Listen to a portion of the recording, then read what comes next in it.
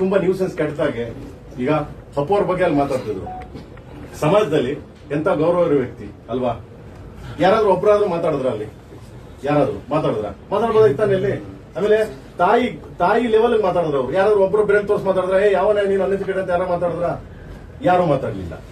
Okay, ಅವ್ರು ದರ್ಶನ್ ಪಾಪ ಒಳಗಡೆ ಅವ್ರ, ಸೊ ಅವ್ರ ಬಗ್ಗೆ ಮಾತಾಡಿದ್ರು. ಯಾರಾದ್ರೂ ಮಾತಾಡಿದ್ರ? ಅದು ಅವ್ರ ಇಷ್ಟ, ಅವ್ರ ಕಾನೂನು ಇದೆ, ಅವ್ರದ್ದಿದೆ, ಅದು ಅವ್ರವ್ರ ಹಣೆ ಬರ. ನಮ್ಗೇನು ಇದಿಲ್ಲ. ಇಲ್ದವ್ರ ಬಗ್ಗೆ ಎಲ್ಲ ಮಾತಾಡ್ಬೇಕಾದ್ರೆ, ಆಮೇಲೆ ತುಂಬಾ ತೀರಾ ಕೆಟ್ಟದಾಗ ಮಾತಾಡ್ಬೇಕಾದ್ರೆ ನೀವು ಅದನ್ನ ದಯವಿಟ್ಟು ಅಪೋಸ್ ಮಾಡಬೇಕು ಪ್ಲೀಸ್. ಆಯ್ತಾ? ಪ್ಲೀಸ್ ಕಣೋ, ರಿಕ್ವೆಸ್ಟ್ ಕಣ್ರೋ. ಆಯ್ತಾ? ನಿಮ್ಗೆ ರಿಕ್ವೆಸ್ಟ್ ಮಾಡಿ ಕೇಳ್ತೀನಿ. ಏನಕ್ಕೆ ಅಂದ್ರೆ, ಸೊ ನಮ್ಮನ್ನ ನಡ್ಸ್ಕೊಂಡು ಹೋಗೋದು, ನಮ್ಮನ್ನ ಕರ್ಕೊಂಡು ಹೋಗೋದು, ನಮ್ಮನ್ನ ಕೊನೆವರೆಗೂ ತಗೊಂಡೋಗಿ ಮಣ್ಣು ಮಾಡೋವರೆಗೂ ಬಂದು ಇಡೀ ಜಗತ್ತಿಗೆ ತೋರಿಸೋದು ನೀವುಗಳೇ. ಆಯ್ತಾ? ನೀವುಗಳು ದಯವಿಟ್ಟು ಈ ತರದ್ದು ಮಾಡಬೇಡಿ ಅಂತ ಒಂದು ರಿಕ್ವೆಸ್ಟ್ ಅಪ್ಪ. ಓಕೆ, ಸ್ನೇಹಿತರೆ ಎಲ್ಲರಿಗೂ ನಮಸ್ಕಾರ. ನೋಡಿದ್ರಲ್ಲ, ನಮ್ಮ ಜೋಗಿ ಪ್ರೇಮ್ ಅವರು, ಕನ್ನಡ ಚಿತ್ರರಂಗದ ಖ್ಯಾತ ನಿರ್ದೇಶಕರು ಜೋಗಿ ಪ್ರೇಮ್ ಅವರು ಇಷ್ಟೊತ್ತು ಏನು ಹೇಳಿದ್ರಲ್ಲ ಅದೆಲ್ಲವೂ ಸತ್ಯ. ಸ್ವಲ್ಪ ದಿನದ ಮುಂಚೆ ಅಂದ್ರೆ ಒಂದು 2 to 3 days ಬ್ಯಾಕ್ ಅವ್ರು ಯಾರೋ ಕನ್ನಡ ಚಿತ್ರರಂಗದ ಪ್ರೊಡ್ಯೂಸರ್ ಅಂತೆ, ಶ್ರೀನಿವಾಸ್ ಅಂತ ಅವ್ರ ಹೆಸರು, ನಿಮ್ಗೆಲ್ಲ ಗೊತ್ತಿರೋದೆ ಆಲ್ಮೋಸ್ಟ್ ಆಲ್. ಅವರು ಸ್ಟೇಜ್ ಮೇಲೆ ಹೋಗಿದ ತಕ್ಷಣ ಅವ್ರಿಗೇನು ಏನಾಗಿದೆಯೋ ಅಥವಾ ಏನು ಇನ್ಯಾರಾದ್ರೂ ಬಂದು ಮೈಯಲ್ಲಿ ಏನೋ ದೆವ್ವಾಗಿನೋ ಹೊಕ್ಕೊಂಡಿದ್ಯೋ ಏನೋ ಅಂತ ಗೊತ್ತಿಲ್ಲಪ್ಪ ನನಗಂತೂ. ಅವರು ನಮ್ಮ ಕನ್ನಡ ಚಿತ್ರರಂಗದ ಬಗ್ಗೆ, ಕನ್ನಡ ಚಿತ್ರರಂಗದ ಕಲಾವಿದರ ಬಗ್ಗೆ ತುಂಬಾ ಕೆಟ್ಟದಾಗಿ, ಅಂದ್ರೆ ತಂದೆ ತಾಯಿಯ ಲೆವೆಲ್ ಅಲ್ಲಿ ಏನು ಬೈತೀವಲ್ಲ ನಾವು, ಎಕ್ಸಾಂಪಲ್ ಆಗಿ ತಂದೆ ತಾಯಿ ಲೆವೆಲ್ ಅಲ್ಲಿ ತನಕ ರೀಚ್ ಆಗಿ ಆ ತರ ಬೈದಿದ್ದಾರೆ ಅಂತವ್ರು ಇಡೀ ಕನ್ನಡ ಚಿತ್ರರಂಗದ ಬಗ್ಗೆ. ಡಾಕ್ಟರ್ ರಾಜ್ಕುಮಾರ್ ಅವ್ರ ಬಗ್ಗೆ ಮಾತಾಡಿದ್ದಾರೆ ಸ್ವಾಮಿ. ಕನ್ನಡ ಚಿತ್ರರಂಗದ ಡಾಕ್ಟರ್ ರಾಜ್ಕುಮಾರ್ ಅವರು, ಅಪ್ಪು ಅವರು, ಪಾಪ ದೇವರು ಮನುಷ್ಯ ಎಲ್ಲಿದ್ದಾರೋ ಗೊತ್ತಿಲ್ಲ. ಅಪ್ಪು ಅವರು, ನಮ್ಮ ಪುನೀತ್ ರಾಜ್ಕುಮಾರ್ ಅವರು, ಅಪ್ಪು ಅವ್ರ ಬಗ್ಗೆ ಮಾತಾಡಿದ್ದಾರೆ ಸ್ವಾಮಿ. ಕೆಲವೊಂದಷ್ಟು ಡೈರೆಕ್ಟರ್ಗಳ ಹೆಸರು ಸ್ವಲ್ಪ ನನಗೆ ಜ್ಞಾಪಕ ಇಲ್ಲ. ಈ ನಮ್ಮ AP ಅರ್ಜುನ್ ಅವರು, ನಮ್ಮ ದರ್ಶನ್ ಅವರು, ಚಾಲೆಂಜಿಂಗ್ ಸ್ಟಾರ್ ದರ್ಶನ್ ಅವ್ರ ಬಗ್ಗೆ, ಪ್ರೇಮ್ ಅವ್ರ ಬಗ್ಗೆ, ಸುಮಾರು ಜನ ಕಲಾವಿದ್ರ ಬಗ್ಗೆ ಯಪ್ಪ ಕೆಟ್ಟದಾಗಿ ತುಂಬಾ ಕೆಟ್ಟದಾಗಿ ಬೈದಿದಾರಂತೆ. ಆಲ್ಮೋಸ್ಟ್ ಎಲ್ಲ ಮೀಡಿಯಾದಲ್ಲೆಲ್ಲ ನಾವು ನೋಡಿದೀವಿ, ನೀವು ನೋಡಿರ್ತೀರ. ಸೊ ಈ ವಿಡಿಯೋದಲ್ಲಿ ಇದು ಏನಕ್ಕೆ ಈ ತರ ಆಗಿದೆ, ಈ ತರ ಇವರು ಆಡ್ತಾ ಇರೋದು ಏನಕ್ಕೆ ಅಂತ ಪ್ರತಿಯೊಂದನ್ನು ಈ ವಿಡಿಯೋದಲ್ಲಿ ನೋಡ್ತಾ ಹೋಗೋಣ. ಯಾರೆಲ್ಲ ಹೊಸಬ್ರೆಲ್ಲ ಇದ್ದೀರಲ್ಲ, ಯಾರೆಲ್ಲ ಯೂಟ್ಯೂಬ್ ಚಾನಲ್ ಸಬ್ಸ್ಕ್ರೈಬ್ ಮಾಡ್ಕೊಂಡಿಲ್ಲ ಅಂದ್ರೆ ಸಬ್ಸ್ಕ್ರೈಬ್ ಮಾಡ್ಕೊಂಡು ನೋಡಿ. ಬನ್ನಿ ವಿಡಿಯೋ ಸ್ಟಾರ್ಟ್ ಮಾಡೋಣ ಸ್ನೇಹಿತರೆ. ಇವರು ಯಾರೋ ಕನ್ನಡ ಫಿಲಮ್ ಪ್ರೊಡ್ಯೂಸರ್ ಅಂತೆ, ಶ್ರೀನಿವಾಸ್ ಅವರು. ನಾನಂತೂ ನೋಡಿಲ್ಲ ಅವ್ರನ್ನ, ಅಂದ್ರೆ ನಾವಿನ್ನು ಚಿಕ್ಕವರಲ್ವಾ, ನಾವು ಅಷ್ಟೊಂದು ನೋಡಿರೋಕೆ ಚಾನ್ಸ್ ಇಲ್ಲ.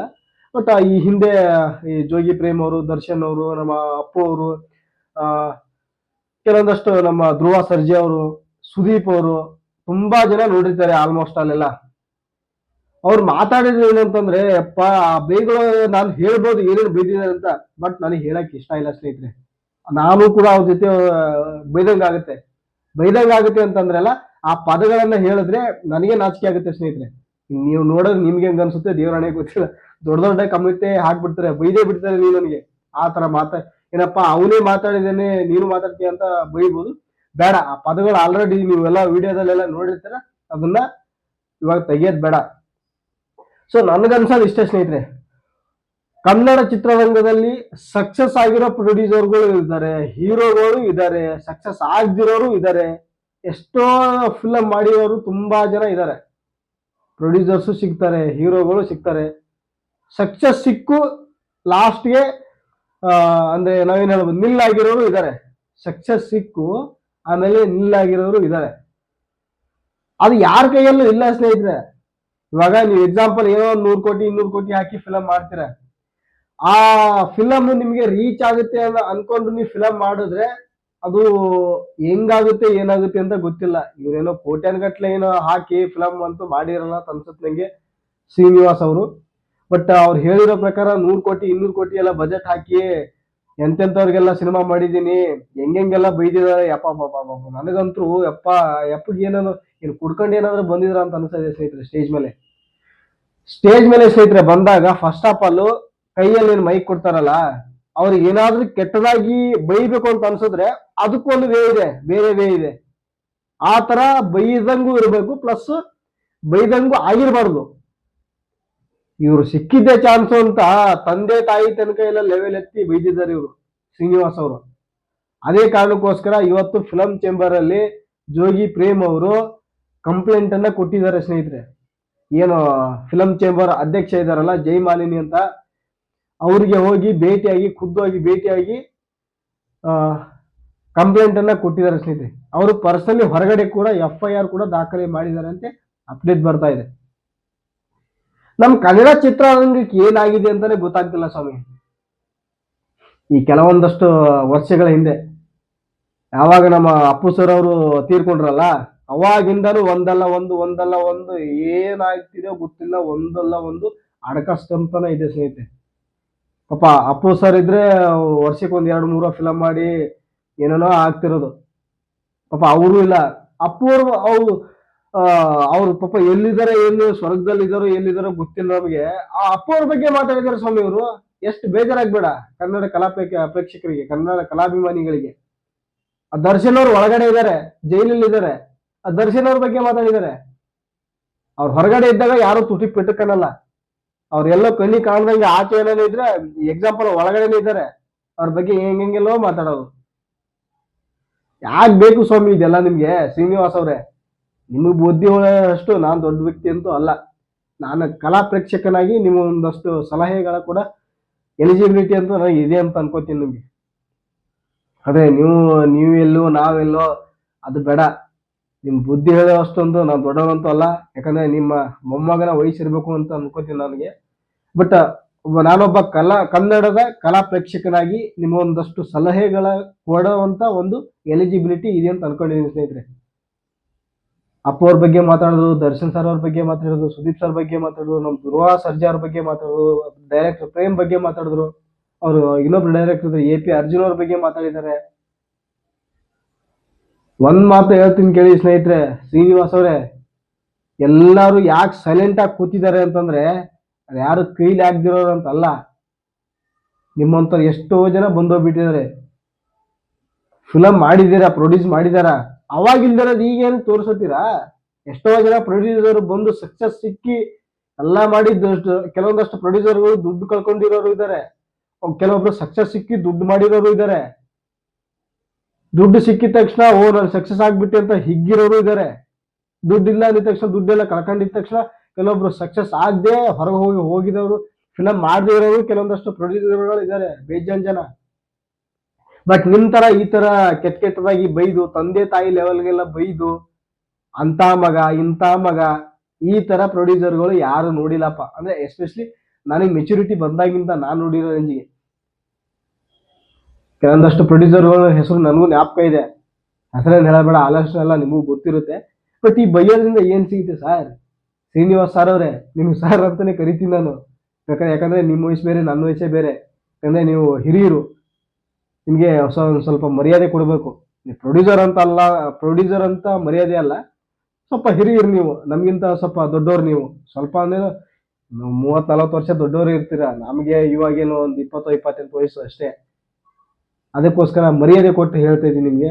ಬೇಡ ಸರ್, ಕನ್ನಡ ಚಿತ್ರರಂಗ ಮೊದ್ಲೇ ನೋವಲ್ಲಿದೆ. ಅಪ್ಪು ಸರ್ ಅವ್ರು ಹೋದ್ರು, ದರ್ಶನ್ ಅವ್ರು ಒಳಗಡೆ ಇದ್ದಾರೆ. ಬರೋವೇ ಇವಾಗ ಯಾರ್ಯಾರು ಫಿಲ್ಮ್ ಅಂತಂದ್ರೆ ಧ್ರುವ ಸರ್ಜಾ ಅವರು, ಆಮೇಲೆ ಯಶ್ ಅವರು, ಸುದೀಪ್ ಸರ್ ಅವರು, ಒಂದಷ್ಟು ಪಿಕ್ಚರ್ಗಳು ಸದ್ಯಕ್ಕಂತೂ ಬರ್ತಾ ಇದಾವೆ. ಇದನ್ನು ನೀವೇನಾದ್ರು ಹಾಳು ಮಾಡಾಕ್ ಬಿಟ್ರೆ ಸರ್, ನಿಮ್ಮ ಜನ ಹೆಂಗ್ ಏನ್ ಮಾಡ್ತಾರೆ ಅಂತಾನೆ ಗೊತ್ತಾಗಲ್ಲ ಸರ್. ಶ್ರೀನಿವಾಸ್ ಸರ್, ದಯವಿಟ್ಟು ಆ ತರ ಕೆಟ್ಟದಾಗಿ ಯಾವ ಕಲಾವಿದ್ರಿಗೂ, ಕನ್ನಡ ಸರಸ್ವತಿ ಪುತ್ರರು ಅಂತ ಹೇಳ್ತೀವಲ್ಲ ನಾವು, ಸರಸ್ವತಿ ತಾಯಿ ಪುತ್ರರು ಅಂತ ಹೇಳ್ತೀವಲ್ಲ, ಕನ್ನಡದ ಕಲಾಭಿಮಾನಿಗಳು ಅಂದ್ರೆ ಕನ್ನಡ ಅಂತ ಬಂದಾಗ ನಾವು ಯಾವುದೇ ಕಾರಣಕ್ಕೂ ಯಾರ ಜೊತೆನೂ ರಾಜಿ ಆಗ ಸಂದೇಹ ಇಲ್ಲ. ಯಾಕಂದ್ರೆ ಕನ್ನಡ ಕಲಾವಿದರು ಅಂತಂದ್ರೆ ನಮ್ಗೆ ತುಂಬಾ ಹೆಮ್ಮೆ ಇದೆ. ಹೊರಗಡೆಯಿಂದ ಬರೋರು ಯಾರು ಸಪೋರ್ಟ್ ಮಾಡಲ್ಲ ಸ್ವಾಮಿ ಕನ್ನಡದ ಕಲಾವಿದರಿಗೆ, ಕನ್ನಡದ ಕಲಾ ಮಕ್ಕಳಿಗೆ. ನಾನಂತೂ I will stand for Kannada ಕಲಾವಿದರು ಅಂತ ಹೇಳ್ತೀನಪ್ಪ. ಕನ್ನಡ ಕಲಾವಿದರು ಅಂತ ಬಂದಾಗ ನಾನು ಕೈ ಎತ್ತಿ ಹೇಳ್ತೀನಿ, ನಾನು ಸಪೋರ್ಟ್ ಮಾಡ್ತೀನಿ ಕನ್ನಡ ಕಲಾವಿದರಿಗೆ. ನಾನು ಕನ್ನಡದವ್ರು ಸ್ವಾಮಿ. ಇದೆಲ್ಲ ಹೋಗ್ಲಿ, ನೀವು ಏನಕ್ಕೆ ಆತರ ಕೆಟ್ಟದಾಗ ಬೈತಿದ್ರ ಅಂತ ದೇವರನ್ನೇ ಗೊತ್ತಾಗ್ತಿಲ್ಲಪ್ಪ. ದಯವಿಟ್ಟು ಬೈಯಕ್ ಹೋಗ್ಬಿಡಿ ಸರ್. ಕಲಾವಿದರಿಗೆ ರೆಸ್ಪೆಕ್ಟ್ ಕೊಡಿ. ಕೆಲವೊಂದಷ್ಟು ಕಲಾವಿದರು ಇರ್ಬೋದು, ಒಳ್ಳೆಯವರು ಇದ್ದಾರೆ, ಕೆಟ್ಟವರು ಇದ್ದಾರೆ ಕಲಾವಿದರಲ್ಲಿ. ಭೇದ ಭಾವ ಮಾಡೋದು ಬೇಡ.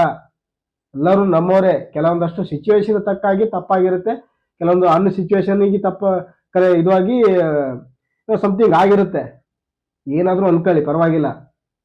ಈ ತರ ಡೈರೆಕ್ಟರ್ಗಳಿಗೆ ಬೈಯೋದು, ಪ್ರೊಡ್ಯೂಸರ್ಗಳಿಗೆ ಬೈಯೋದು, ಹೀರೋಗಳಿಗೆ ಬೈಯೋದು, ಕಲಾವಿದರುಗಳಿಗೆ ಬೈಯೋದು, ಇದರಿಂದ ನಿಮ್ ದುಡ್ಡಂತೂ ವಾಪಸ್ ಬರಲ್ವೇ?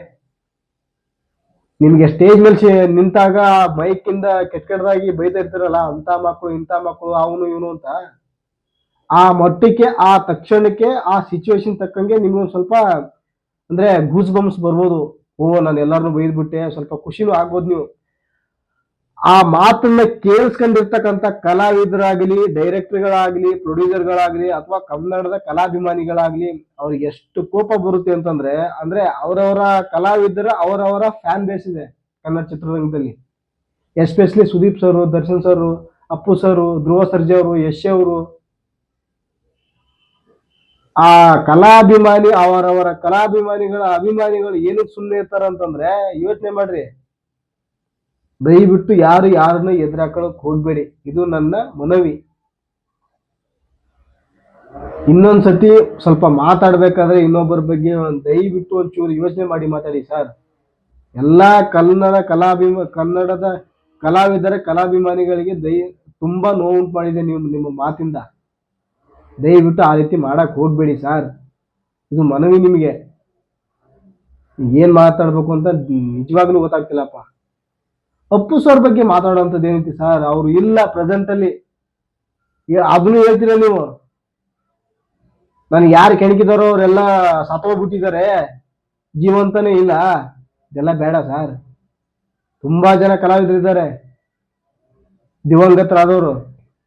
ವಿಷ್ಣುವರ್ಧನ್ ಸರ್ ಇದ್ದಾರೆ, ಶಂಕರ್ ನಾಗ್ ಸರ್ ಇದ್ದಾರೆ, ರಾಜ್ಕುಮಾರ್ ಅವರು ಇದ್ದಾರೆ, ಅಂಬರೀಶ್ ಅವರು ಇದ್ದಾರೆ. ದೊಡ್ಡ ದೊಡ್ಡವ್ರ ಹೆಸರು ಹೇಳೋದು ಬೇಡ, ಪಾಪ ಅವರು ಸ್ವರ್ಗದಲ್ಲಿ ಇದ್ದಾರೆ, ಆರಾಮಾಗಿರ್ಲಿ. ಅವ್ರ ಹೆಸರು ಹೇಳ್ಕೊಂಡು ನನ್ಗೆ ಯಾಕೋ ಸರಿ ಅನಿಸಿಲ್ಲ ಸರ್. ಯಾಕಂದ್ರೆ ನಾನೊಬ್ಬ ಕನ್ನಡದ ಕಲಾಭಿಮಾನಿಯಾಗಿ ನಾನು ಹೇಳಿದೆ. ನಿಜವಾಗ್ಲೂ ನಾನು ಏನ್ ಮಾತಾಡ್ಬೇಕು ಅಂತ ಗೊತ್ತಿಲ್ಲ. ನಿಮ್ಗೆ ಏನ್ ಅನ್ಸುತ್ತೆ ಈ ವಿಡಿಯೋ ಬಗ್ಗೆ ದಯವಿಟ್ಟು ಕೆಳಗಡೆ ಕಮೆಂಟ್ ಮಾಡಿ ತಿಳಿಸಿ. ನಿಮ್ಗೆ ಏನ್ ಅನ್ಸುತ್ತೆ ಅಂತ ನಮಗ್ ಗೊತ್ತಾಗ್ಬೇಕಲ್ವಾ. ಮತ್ತೆ ಮುಂದಿನ ಒಂದು ವಿಡಿಯೋದಲ್ಲಿ ನಾನು ಮತ್ತೆ ಸಿಗ್ತೀನಿ. ನಮಸ್ತೆ ಸ್ನೇಹಿತರೆ.